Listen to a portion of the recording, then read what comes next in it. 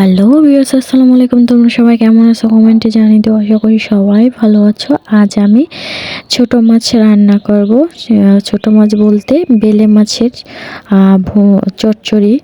তো ভুনা আর চচ্চড়ি যেটাই বলো, আমি বেলে মাছ টমেটো দিয়ে একবারে ঝোল মাখা মাখা ঝোল কষা কষা করে রাখবো। তো এদিকে মাছগুলো দেখতেই পাচ্ছ কি সুন্দর করে আমি কেটে ধুয়ে ফ্রেশ করে নিয়েছি। এখানে কিন্তু আবার খল্লা মাছ বলতে একটা মাছ আছে, সে মাছটাও আছে। তো বেলে মাছ আর খল্লা মাছ দুইটাই নিয়েছি।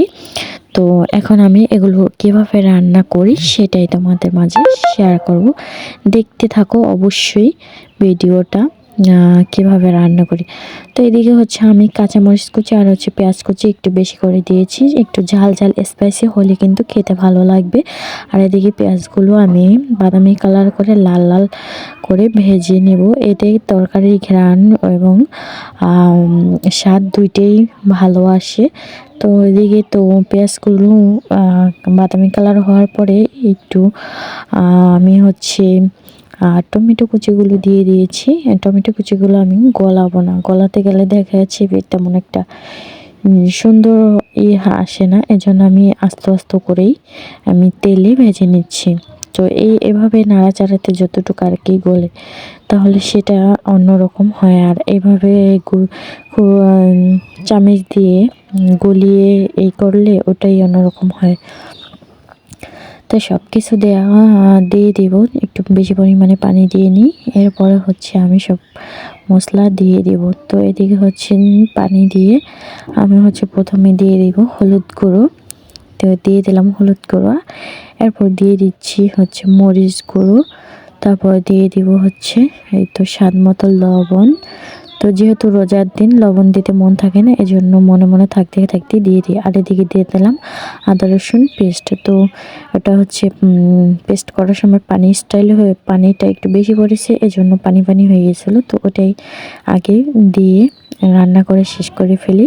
তারপর হচ্ছে বালুটি দিয়ে দেখা যায় পরে রান্না হবে, সমস্যা হবে না।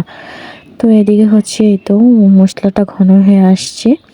তো মশলার গায়ে থেকে তেল ছেড়ে দিলে হচ্ছে মশলাটা কষানো হয়ে যাবে। তো আমরা সেটাই বুঝতে পারি আর কি।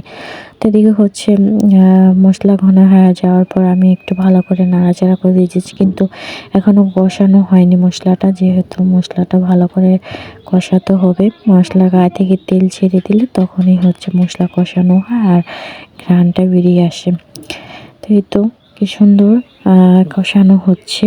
কালারটা দেখতেই পাচ্ছ কি সুন্দর কালার চলে আসছে, যেহেতু টমেটো দিয়েছি আর পেঁয়াজটা একটু বেশি করে ভাজা ভাজা করে নিয়েছিলাম, এজন্য কালারটা কিন্তু ভালো আসছে। তো ওই যে মশলা কষানো হয়ে গেছে, মশলার তেল ছেড়ে দিয়েছে। এখন আমি যে সবগুলো মাছ দিয়ে দিলাম, বেলে মাছগুলো দিয়ে দিচ্ছি।